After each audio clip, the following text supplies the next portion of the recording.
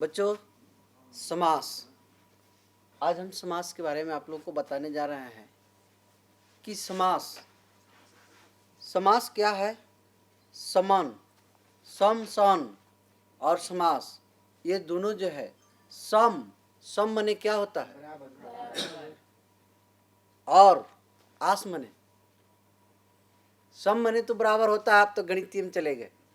सम पास होता है और आस मने बैठ, यानी आपको समास जो है, यानी पास के शब्दों को बैठाना या लिखना, उसे समास में कहा।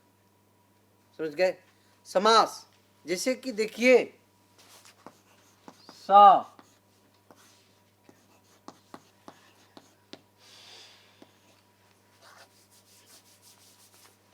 इसमें है सम,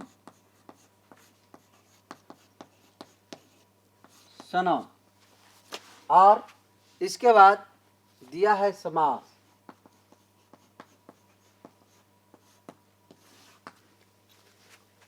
ये है सम सनम समास। अब सम सनम समास क्या है, याद देना है कि दो या दो से अधिक पदों मिलने से सम और समासन समास कहलाता है। अब देखेंगे कि समास का तात्पर्य क्या है। समास का तात्पर्य यह है कि संक्षिप्तीकरण। समास में जो है, शब्द को संक्षेप में हम लोग उसको क्या करते हैं, उसको संक्षेप कर चीज को अर्थ में बदलते हैं, लिखते हैं। इससे समास का तात्पर्य यही है कि संक्षिप्तीकरण। अब हम पढ़ेंगे समास की परिभाषा। समास किसे कहते हैं? समास किसे कहते हैं? समास दो या दो से अधिक पदों को एक पद हो जाना, उसे क्या कहलाता है? समास कहलाता है। तो इसका हम दो या दो से अधिक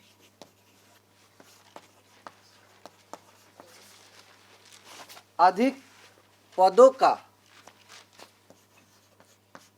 अधिक पदों का एक पद, अधिक पदों का एक पद,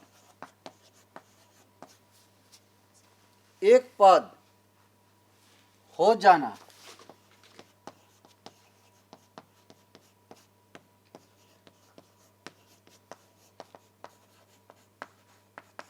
उसे समास कहते हैं। उसे हम समास कहते हैं या समास कहलाता है। जैसे में देखिए, यहां दिया है समास का परिभाषा कि दो या दो से अधिक पदों का एक पद हो जाना, उसे क्या कहते हैं? समास कहते हैं। अब देखिए, इसमें लोग बोलते हैं कि रसोई के लिए घर, जैसे में रसोई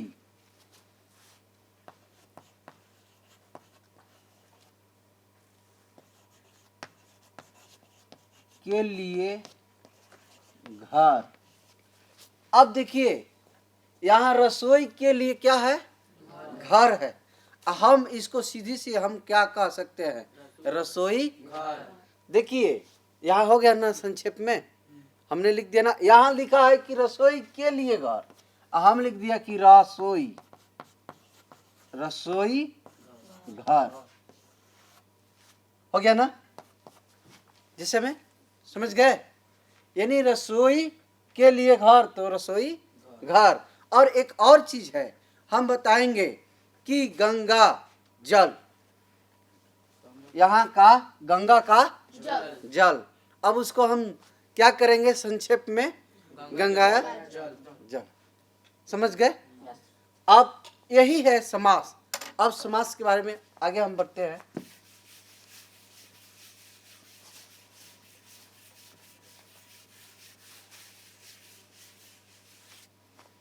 समास कि अब हम लोग क्या करेंगे, विग्रह।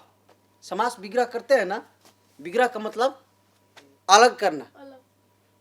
अभी तुरंत आपसे अलग करने के लिए हम बताए ना, से रसोई के लिए घर, आपने उसको क्या किया, हमने क्या किया, उसका रसोई घर, वो विग्रह था, उसको फिर हमने क्या किया, संक्षेप में बना दिया।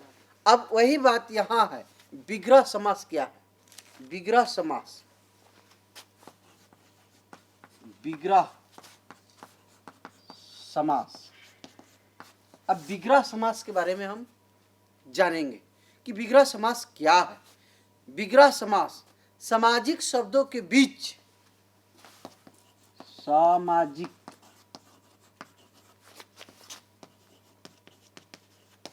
शब्दों के बीच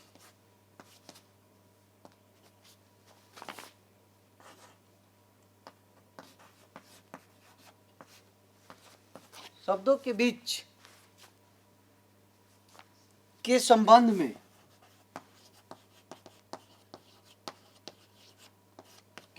में बीच के संबंध को कहता है, संबंध को स्पष्ट स्पष्ट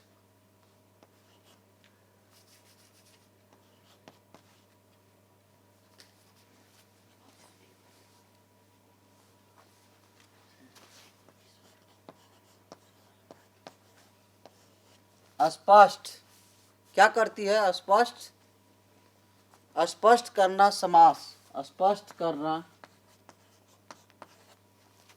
स्पष्ट करना समास विग्रह, समास विग्रह, स्पष्ट करना समास विग्रह कहलाते हैं।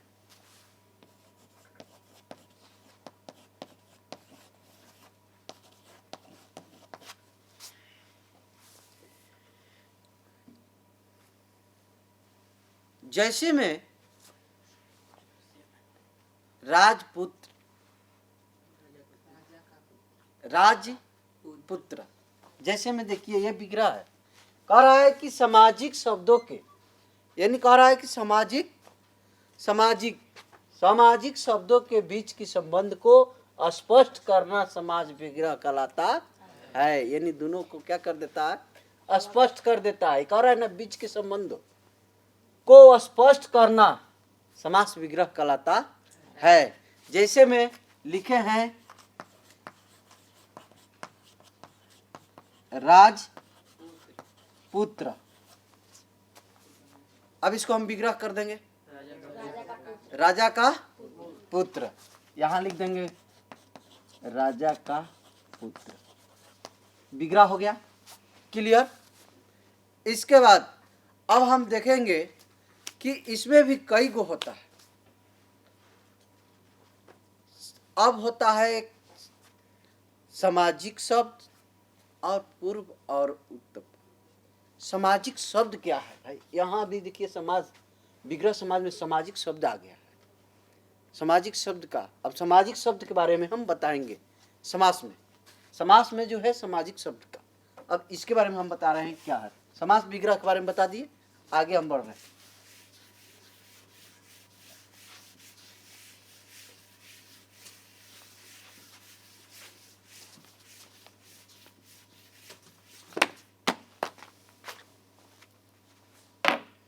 सामाजिक शब्द,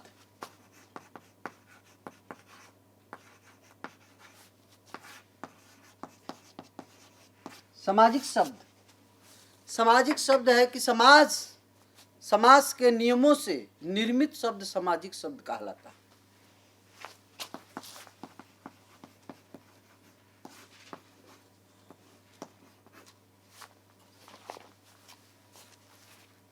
समाज के नियमों, समाज के नियमों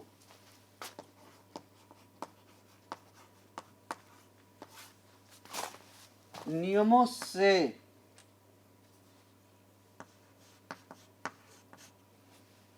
समाज के नियमित नियमों से निर्मित शब्द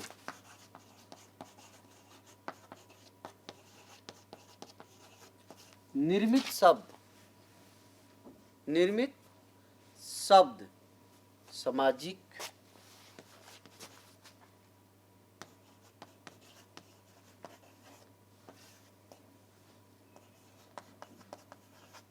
सामाजिक शब्द कहलाते हैं।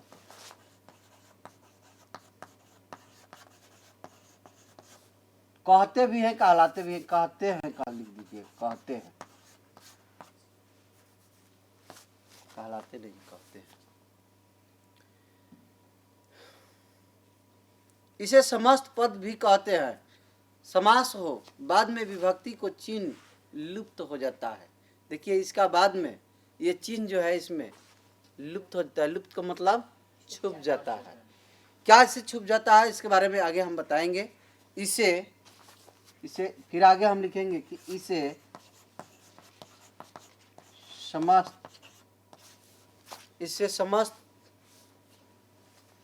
पद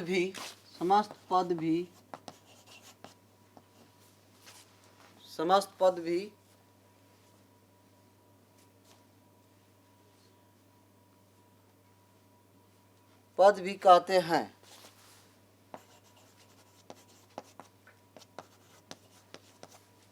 कहते हैं।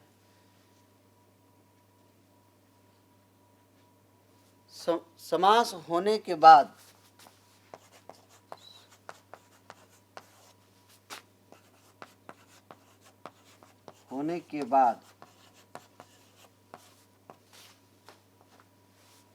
समास होने के बाद विभक्तियों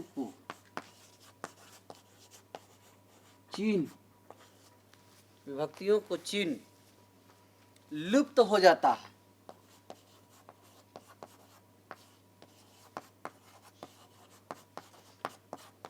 लुप्त हो जाता है। जैसे में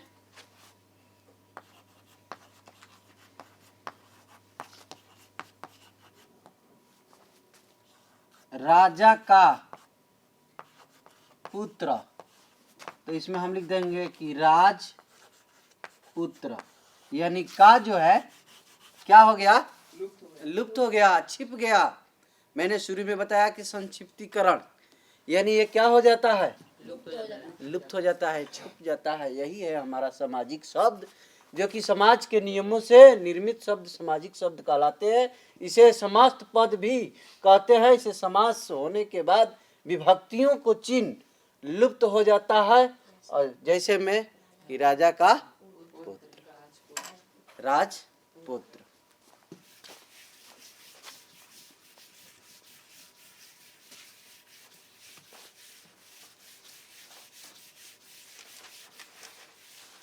और आगे हम देखेंगे पूर्व पद और उत्तर पद। पूर्व पद क्या है और उत्तर पद क्या है। दूसरा में देखेंगे कि पूर्व पद और पूर्व पद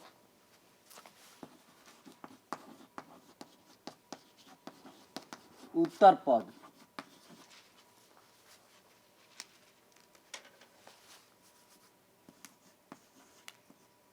उत्तर पद क्या है, इसके बारे में हम जानेंगे। पूर्व पद और उत्तर पद। पूर्व पद क्या है, समास में दो पद होते हैं।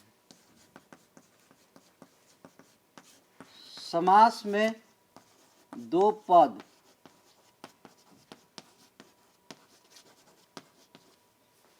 होते हैं। समास में दो पद होते हैं। जैसे पहला है पद, शब्द, यहां शब्द लिख देंगे।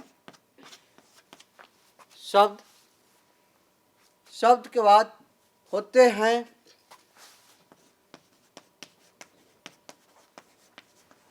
पद को पूर्व पद, पद को पूर्व पद। यानी कह रहा है कि समास में दो पद, यही शब्द होते हैं। पद को पूर्व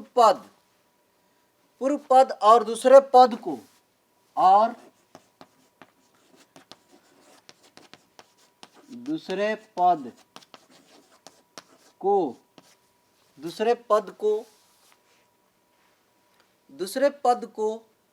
उत्तर पद कहते हैं। दूसरे पद को उत्तर पद कहते हैं। देखिए पूर्व पद और उत्तर पद यहां दे रहा है कि समास में दो पद शब्द होते हैं। पद को पूर्व पद और दूसरे पद को क्या कहते हैं? उत्तर पद। यानी दो पद क्या है? दो पद होते, पद को पूर्व पद और दूसरे पद को उत्तर पद कहते हैं। अब इसमें देखिए, इसमें भी क्या करना है कि अलग अलग करना है कि कौन उत्तर पद है और कौन पूर्व पद है। तो हम देखेंगे कि गंगा, इसमें देखेंगे गंगा जल, जैसे में गंगा जल देख लिए ना। तो इसमें देखेंगे कि इसमें गंगा जो है क्या है? गंगा जो है पूर्व है और जल क्या है? उत्तर। समझ गए? यही है गंगा का जल। तो हम इसमें लिखेंगे गंगा जो है पूर्व पद है और जल है जो उत्तर पद है।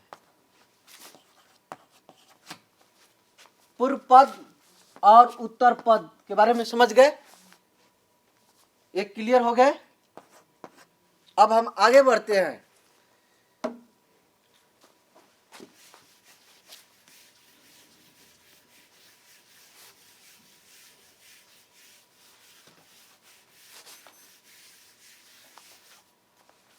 समास कितने प्रकार के होते हैं? नहीं, समास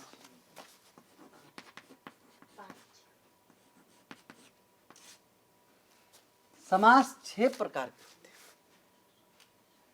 कितने प्रकार के होते हैं? 6 प्रकार के होते हैं। समास कितने प्रकार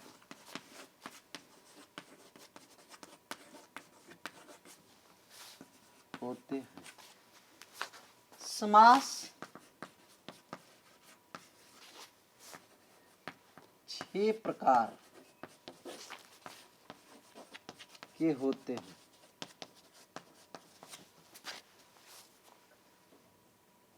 कौन कौन? थोड़ा सा हम डायग्राम से बना कर दिखा देते हैं।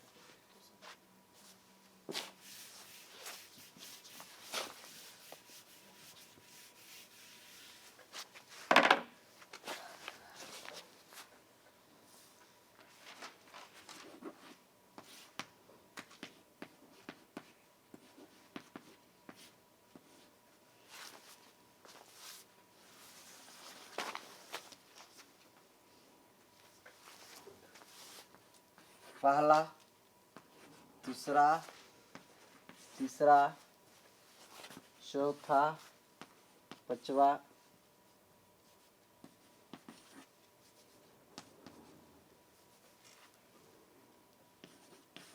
छठवा।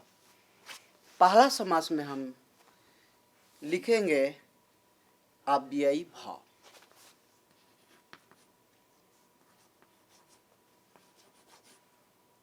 अव्ययी भाव समास नीचे लिख सकते हैं, अव्ययी भाव समास। दूसरा में हम लिखेंगे तत्पुरुष समास।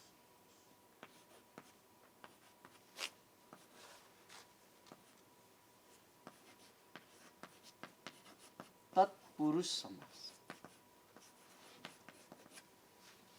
और तीसरा में हम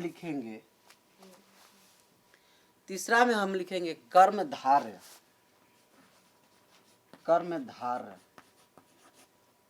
कर्मधारय समास। और चौथा में लिखेंगे द्विगु समास।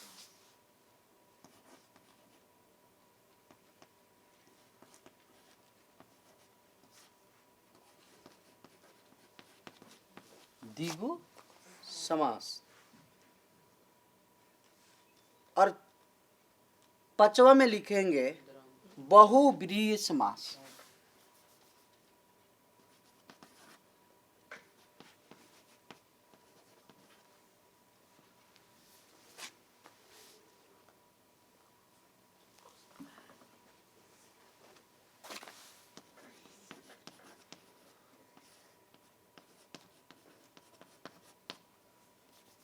और छठा में लिखेंगे द्वंद्व समास।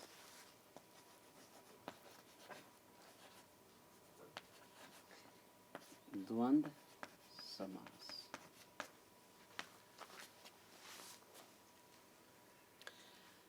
अब देखिए समास कितने प्रकार के होते हैं। तो समास 6 प्रकार के होते हैं। कौन कौन? तब पहला में अव्ययी समास, दूसरा में तत्पुरुष समास, और तीसरा में कर्मधारय समास, और चौथा में द्विगु समास, पांचवा में बहुव्रीहि समास, और छठा में द्वंद्व समास। अब इसके बारे में देखेंगे कि अव्ययी भाव समास क्या, किसे कहते हैं या क्या, इसके बारे में हम चलेंगे। तो हम आगे बढ़ते हैं।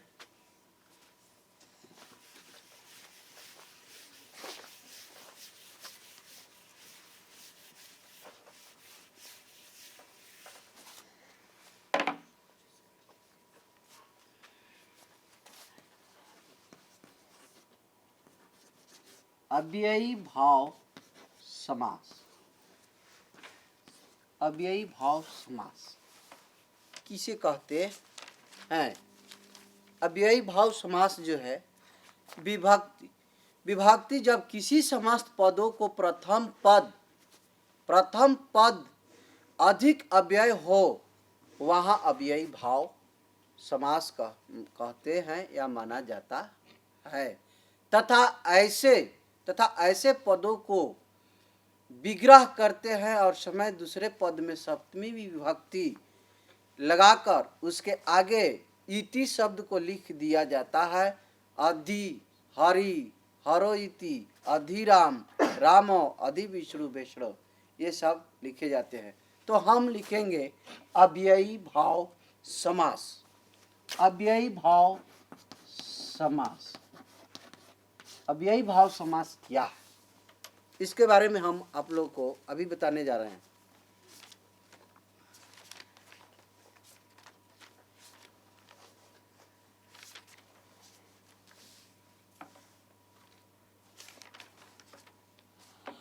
जिसका पद अव्ययी भाव का परिभाषा, इसके बाद तब बताएंगे, विभक्ति में ले जाएंगे। तो इसका परिभाषा है अव्ययी भाव का कि जिसका पहला पद प्रधान हो उसे हम क्या कहते हैं? अव्ययी भाव कहते हैं। जिसका पद पहला प्रधान हो उसे अव्ययी भाव पद कहते हैं। जिसका पहला पद प्रधान हो, लिख दें क्या? जिसका पहला पद, जिसका पहला पद क्या हो? प्रधान हो उसे अव्ययी भाव कहते।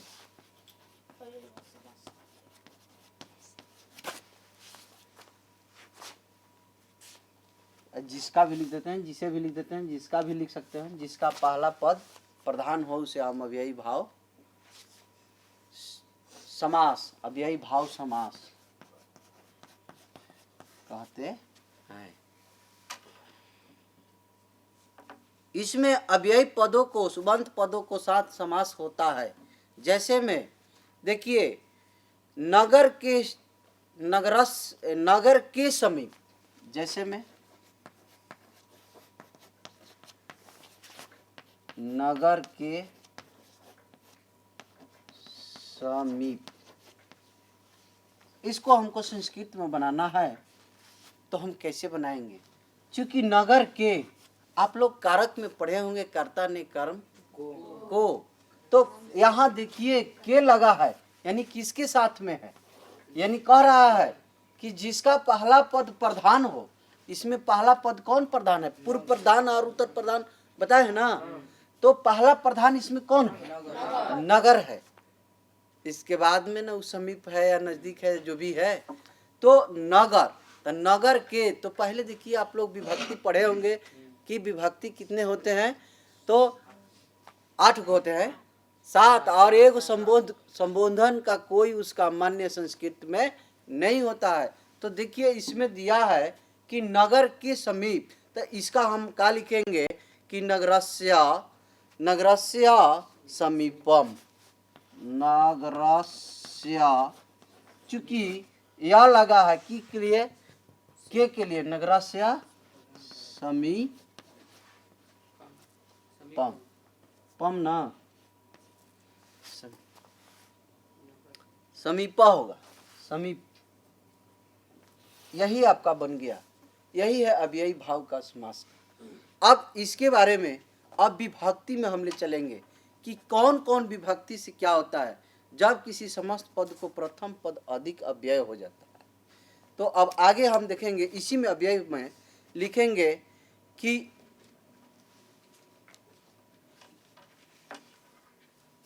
लिखेंगे कि शक्ति के अनुसार।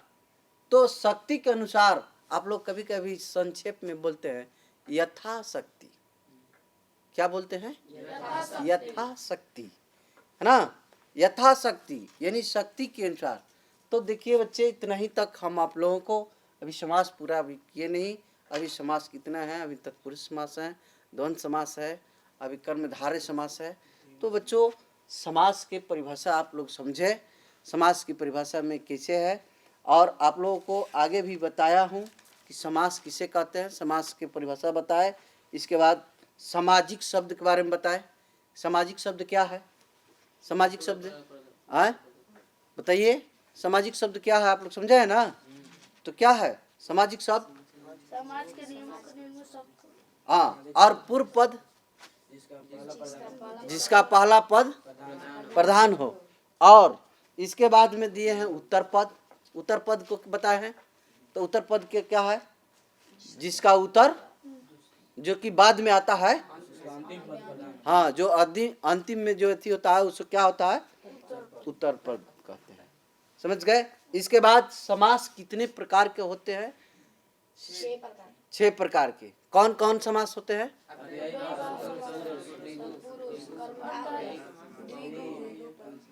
तो हमने क्या पढ़ा? अव्ययी भाव समास के बारे में पढ़ा। किसके बारे में पढ़ा? अव्ययी भाव समास के बारे में पढ़ा कि जिसका पहला पद प्रधान हो उसे अव्ययी भाव समास कहते हैं। से नगर के समीप यानी नगरस्य। तो अब यही है, आगे भी आप लोग को नेक्स्ट बताया जाएगा। Thank you.